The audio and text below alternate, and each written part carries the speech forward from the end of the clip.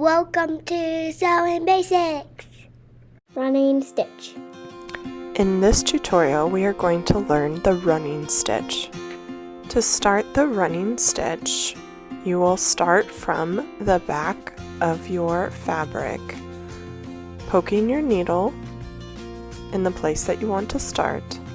Pull the thread all the way to the knot, making sure that it is secure. Next, you're going to poke your needle back down through the fabric and pull it secure. Then you're going to repeat.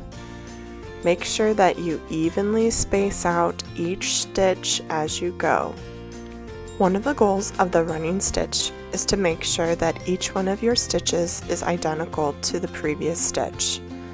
So you want to make sure that they are the same length and that they are evenly spaced out. Thanks for watching!